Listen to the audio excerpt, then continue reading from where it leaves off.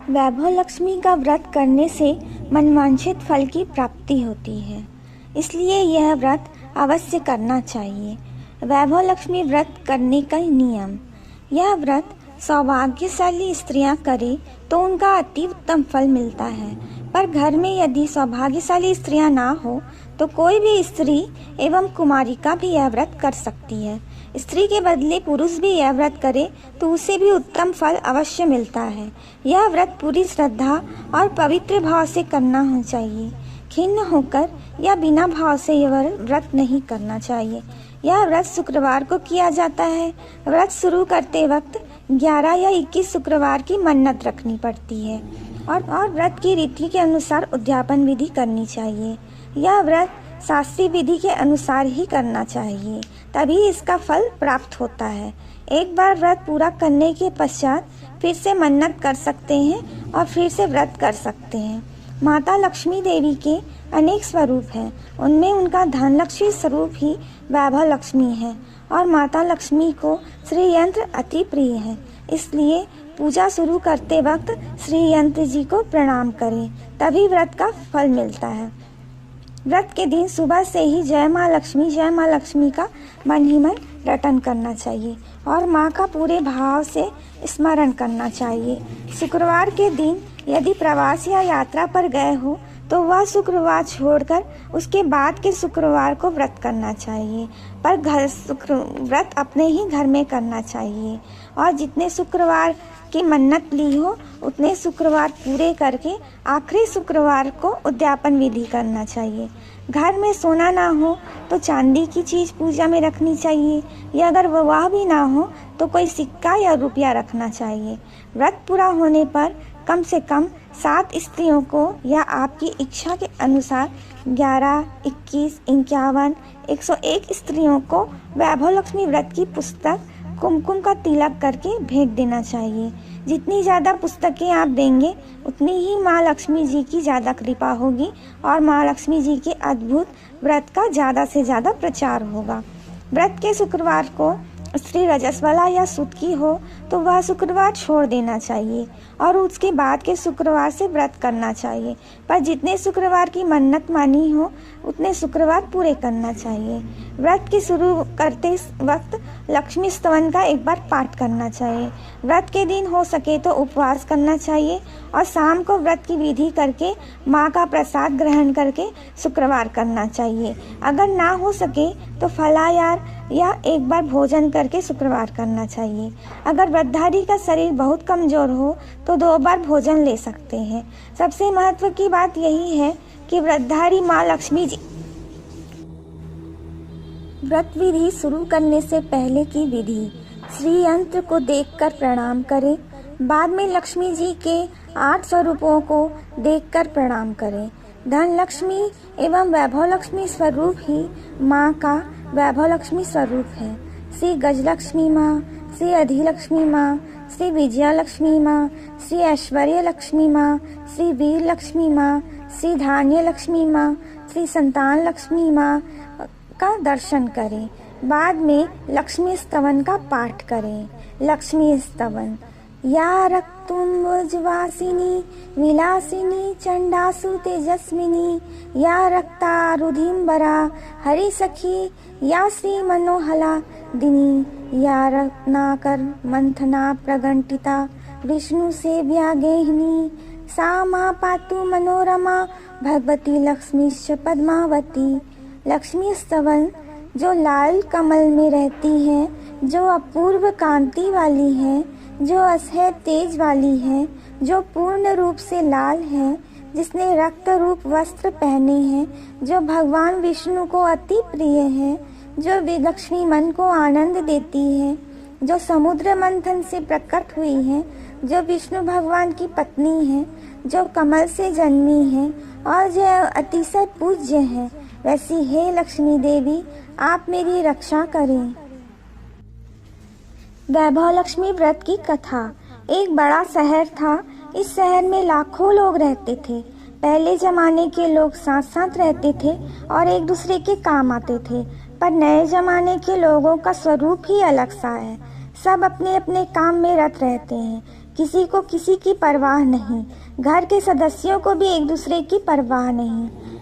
भजन कीर्तन भक्ति भाव दया माया परोपकार जैसे संस्कार कम हो गए हैं। शहर में बुराइयां बढ़ गई थी। शराब जुआ रेस व्यभिचार चोरी डकैती वगैरह बहुत से हजारों गुनाह शहर में होते थे। कहावत है कि हजारों निराशा में एक अमर आशा छिपी हुई होती है। इसी तरह इतनी सारी बुराइयों के बावजूद शहर में कुछ अच्छे लोग भी रहते थे। एक अच्छे लोगों में शीला और उनके पति की गृहस्थी मानी जाती थी। शीला धार्मिक प्रकृति की और संतोषी थी। उनका पति भी विवेकी और सुशील था। शीला और उनका पति ईमानदारी से जीते थे। वे किसी की बुराई नहीं करते थे। प्रभु भजन में अच्छी तरह अपने समय को व्यतीत करते थे। उनकी गृहस्थी आदर्श गृहस्थी थी और शहर के लोग उनकी गृहस्थी की सराहना करते थे। शीला की गृहस्थी इसी तरह खुशी खुशी चल रही थी, पर कहा जाता है कि कर्म की गति अकल है। विधाता के लिखे लेख कोई नहीं समझ सकता। इंसान का नसीब पल भर में राजा को रंक और रंक को राजा बना देता है। शीला के पति के अगले जन्म के कर्म भोगने के बाकी रह गए होंगे कि वह बुरे लोगों की दोस्ती में पड़ गया। वह जल्द से जल्द करोड़पति होने के ख्वाब देखने लग गया और इसलिए वह गलत रास्ते पर चला गया और करोड़पति की बजाय रोडपति बन गया, यानी रास्ते पर भटकते भिखारी जैसे उसकी हालत हो गई। शहर में शराब जुआ रेस चरस गांजा वगैरह बदियां फैली हुई थी। उसमें शीला का पति भी फंस गया। दोस्तों के साथ उसे भी शराब की आदत हो गई। जल्द से जल्द पैसे वाला बनने की लालच में दोस्तों के साथ रेस जुआ भी खेलने लगा। इस तरह बचाई धनराशि पत्नी के गहने सब कुछ रेस जुआ में गंवा दिया था। इसी तरह एक वक्त ऐसा भी था कि वह सुशील पत्नी शीला के साथ बड़े मज़े से रहता था और प्रभु भजन में सुख शांति से वक्त व्यतीत करता था। उसके बजाय घर में दरिद्रता और भुखमरी फैल गई। सुख के खाने के बजाय 2 वक्त की भोजन के लाले पड़ गए और शीला को पति की गालियां खाने का वक्त आ गया। शीला सुशील और संस्कारी स्त्री थी। उसको पति के बर्ताव से बहुत दुख हुआ, किंतु वह भगवान पर भरोसा करके बड़ा दिल रखकर दुख सहने लगी। कहा जाता है कि सुख के पीछे दुख और दुख के पीछे सुख आता ही है, इसलिए दुख के बाद सुख आएगा। ऐसी श्रद्धा के साथ शीला प्रभु भक्ति में लीन हो गई। इस तरह शीला असह्य दुख सहते सहते प्रभु भक्ति में दिन बिताने लगी। अचानक एक दिन दोपहर को उनके द्वार पर किसी ने दस्तक दी। शीला सोच में पड़ गई कि मुझ जैसी गरीब के घर इस वक्त कौन आ गया होगा। फिर भी द्वार पर आए हुए अतिथि का आदर करना चाहिए, ऐसे आर्य धर्म के संस्कार वाली शीला ने खड़े होकर द्वार खोला। देखा तो सामने एक माँ जी खड़ी थी। वे बड़ी उम्र की लग रही थी, किंतु उनके चेहरे पर अलौकिक तेज निखर रहा था। उनकी आंखों में से मानो अमृत बह रहा था। उनका भव्य चेहरा करुणा और प्यार से छलकता था। उनको देखते ही शीला के मन में अपार शांति छा गई। वैसे शीला इस माँ जी को पहचानती न थी, फिर भी उनको देखकर शीला के रोम रोम में आनंद छा गया। शीला माँ जी को आदर के साथ घर में ले आई। घर में बिठाने के लिए कुछ भी नहीं था, अतः शीला ने सकुचाकर एक फटी हुई चादर पर उनको बिठाया। माँ जी ने कहा, क्यों शीला, मुझे पहचाना नहीं? शीला ने सकुचाकर कहा, माँ, आपको देखते ही बहुत खुशी हो रही है, बहुत शांति हो रही है। ऐसा लगता है कि मैंने बहुत दिनों से जिसे ढूंढ रही थी वे आप ही हैं, पर मैं आपको पहचान नहीं सकती। माँ जी ने हंसकर कहा, क्यों भूल गई?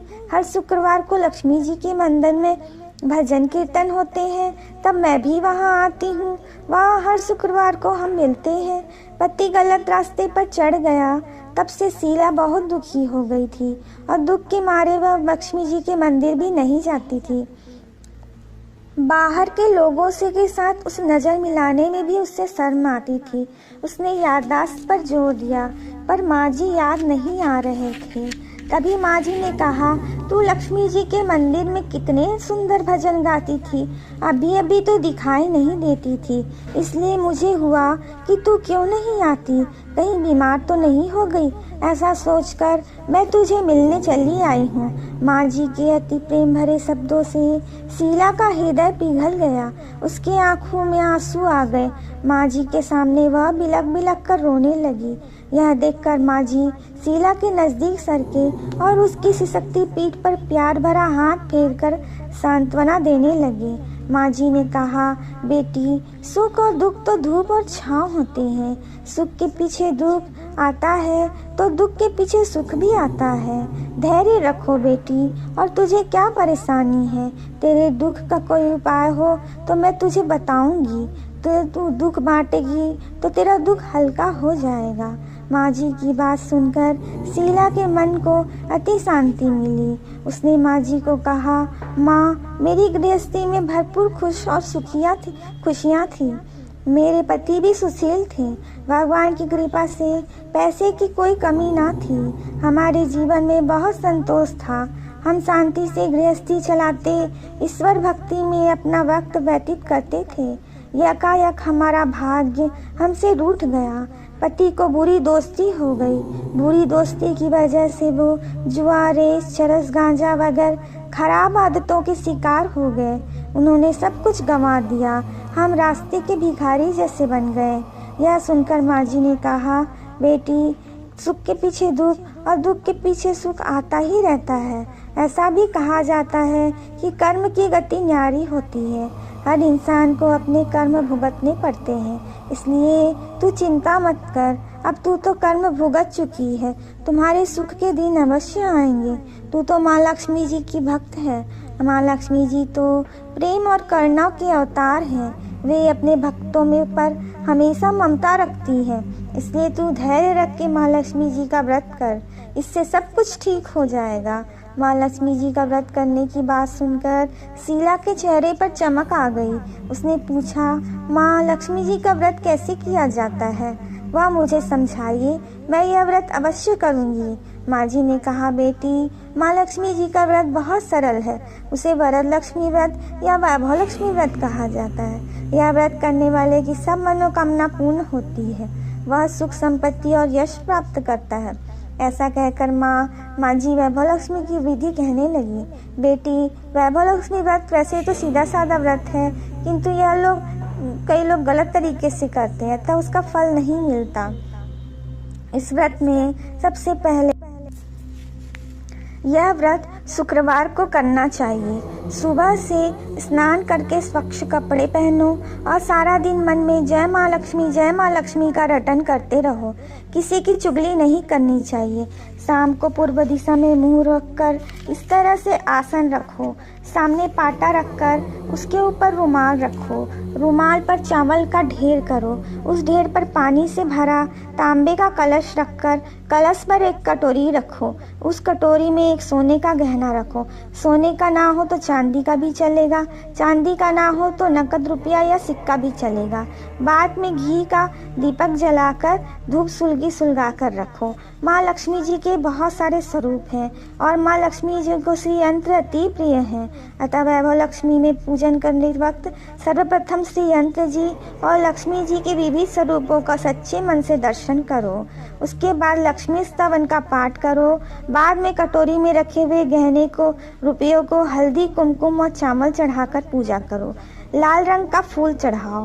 शाम को कोई मीठी चीज बनाकर उसका प्रसाद रखो। ना हो सके तो शक्कर या गुड़ भी चल सकता है। फिर आरती कर 11 बार सच्चे हृदय से जय माँ लक्ष्मी बोलो। 11 या 21 शुक्रवार जो आपसी इच्छा के अनुसार दिन संकल्प करके व्रत करने की कामना करो। आपकी जो मनोकामना हो वह पूरी करने के लिए लक्ष्मी जी से विनती करो। फिर माँ का प्रसाद बांट दो और थोड़ा प्रसाद अपने लिए रखो। अगर आपकी शक्ति हो तो सारा दिन उपवास रखो और सिर्फ प्रसाद खाकर शुक्रवार करो। ना शक्ति हो तो एक बार शाम को प्रसाद ग्रहण करते समय खाना खा सकते हैं। अगर थोड़ी भी शक्ति ना हो तो 2 बार भोजन कर सकते हैं। बाद में कटोरी में रखा हुआ गहना या रुपया ले लो। कलश का पानी तुलसी के क्यारे में डाल दो और चावल पक्षियों को डाल दो। इसी तरह से व्रत करने से उसका फल अवश्य मिलता है। इस व्रत के प्रभाव से सभी प्रकार की विपत्तियां दूर हो जाती हैं। शीला यह सुनकर आनंदित हो गई। फिर पूछा, माँ, आपने वैभवलक्ष्मी व्रत की जो विधि बताई है वह मैं अवश्य करूँगी, किंतु इसका उद्यापन विधि किस तरह करना चाहिए यह भी कृपा करके सुनाइए। माँ जी ने कहा कि 11 या 21 जो मन्नत मानी हो उतने शुक्रवार यह वैभवलक्ष्मी व्रत पूरी श्रद्धा और भावना से करना चाहिए। व्रत के आखिरी शुक्रवार को शास्त्रीय विधि अनुसार उद्यापन विधि करनी चाहिए। आखिरी शुक्रवार को खीर या नैवेद्य रखो। पूजन विधि के हर शुक्रवार को करते हैं वैसे ही करनी चाहिए। पूजन विधि के बाद श्रीफल फोड़ो और कम से कम 7 कुंवारी या सौभाग्यशाली स्त्रियों को कुमकुम का तिलक करके वैभवलक्ष्मी की व्रत की एक पुस्तक उपहार में देनी चाहिए और सबको खीर का प्रसाद देना चाहिए। फिर धनलक्ष्मी स्वरूप वैभवलक्ष्मी स्वरूप माँ लक्ष्मी जी की छवि को प्रणाम करें।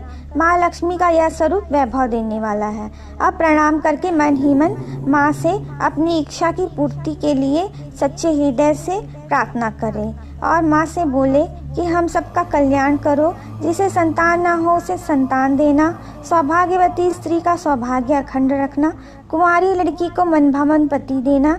आपका यह चमत्कारी वैभवलक्ष्मी व्रत जो कोई करे उसकी सब विपत्ति दूर करना, सबको सुखी करना।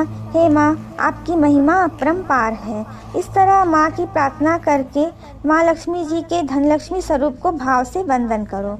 माँ जी के पास से वैभवलक्ष्मी व्रत की विधि सुनकर शीला भाव विभोर हो उठी। उसे लगा मानो सुख का रास्ता हो मिल गया। उसने उसी समय मन ही मन संकल्प किया कि मैं भी माँ जी के कहे अनुसार वैभवलक्ष्मी व्रत 21 शुक्रवार तक करूंगी और उसकी उद्यापन विधि करूंगी। शीला ने आंखें खोली तो सामने कोई न था। वह विस्मित हो गई। माँ जी कहाँ गई? यह माँ जी दूसरी कोई नहीं थी, साक्षात लक्ष्मी जी ही थी। शीला लक्ष्मी जी की भक्त थी, इसलिए अपने भक्त को रास्ता दिखाने के लिए माँ लक्ष्मी जी माँ जी का स्वरूप धारण करके शीला के पास आई थी। दूसरे दिन शुक्रवार था। सवेरे स्नान करके स्वच्छ कपड़े पहन शीला मन ही मन श्रद्धा से और पूरे भाव से जय माँ लक्ष्मी का रटन करने लगी। सारा दिन किसी की चुगली नहीं की। शाम को हाथ मुंह धोकर शीला पूर्व दिशा में मुंह रखकर बैठी। घर में पहले सोने के बहुत गहने थे, पर पतिदेव ने गलत रास्ते में चढ़कर सब गहने गिरवी रख दिए थे। पर नाक की चुन्नी बच गई थी। नाक की चुन्नी निकालकर उसे धोकर शीला ने कटोरी में रख दी। सामने पाटे पर लाल रुमाल रखकर मुट्ठी भर चावल का ढेर किया। उस पर तांबे का कलश पानी भरकर रखा। उसके ऊपर चुन्नी वाली कटोरी रखी। फिर माँ जी ने कही थी वैसी शास्त्रीय विधि अनुसार वंदन स्तवन पूजन वगैरह किया और घर में थोड़ी शक्कर थी, वह प्रसाद में रखकर वैभवलक्ष्मी व्रत किया। यह प्रसाद पहले पति को खिलाया। प्रसाद खाते ही पति के स्वभाव में फर्क पड़ गया। उस दिन उसने शीला को मारा भी नहीं और सताया भी नहीं। शीला को बहुत आनंद हुआ। उसके मन में वैभवलक्ष्मी व्रत के लिए श्रद्धा बढ़ गई। शीला ने पूर्ण श्रद्धा भाव से 21 शुक्रवार वैभवलक्ष्मी व्रत किया। 21वें शुक्रवार को माँ जी के कहे मुताबिक उद्यापन विधि करके 7 स्त्रियों को वैभवलक्ष्मी व्रत की पुस्तकें उपहार में दी। फिर माता जी के धनलक्ष्मी स्वरूप की छवि को वंदन करके भाव से मन ही मन प्रार्थना करने लगी। हे माँ धनलक्ष्मी, मैंने आपका वैभवलक्ष्मी व्रत करने की मन्नत मानी थी, वह आज पूर्ण किया है। हे माँ, मेरी हर विपत्ति दूर करो, हम सबका कल्याण करो, जिसे संतान ना हो उसे संतान देना, सौभाग्यवती स्त्रियों का सौभाग्य अखंड रखना, कुंवारी लड़कियों को मनभावन पति देना। आपका यह चमत्कारी वैभवलक्ष्मी व्रत करें, उनकी सब विपत्ति दूर करना, सबको सुखी करना। हे माँ, आपकी महिमा अपार है। ऐसा बोलकर लक्ष्मी जी के धनलक्ष्मी स्वरूप को छवि को प्रणाम किया। और इस तरह शास्त्रीय विधि अनुसार व्रत करने से शीला का पति सही रास्ते पर चला गया और वह अच्छा आदमी हो गया और कड़ी मेहनत करके व्यवसाय करने लगा और माँ लक्ष्मी जी के वैभवलक्ष्मी व्रत के प्रभाव से उसको ज़्यादा मुनाफा होने लगा। उसने तुरंत शीला के गिरवी रखे गहने छुड़ा लिए। घर में धन की बाढ़ सी आ गई। घर में पहले जैसे सुख शांति छा गई। वैभवलक्ष्मी व्रत का प्रभाव देखकर मोहल्ले की और स्त्रियां भी विधि पूर्वक वैभवलक्ष्मी व्रत करने लगी। हे माँ धनलक्ष्मी, आप जैसे शीला पर प्रसन्न हुई, उसी तरह आपका व्रत करने वाले सब पर प्रसन्न होना, सबको सुख शांति देना। जय धनलक्ष्मी माँ, जय वैभवलक्ष्मी माँ।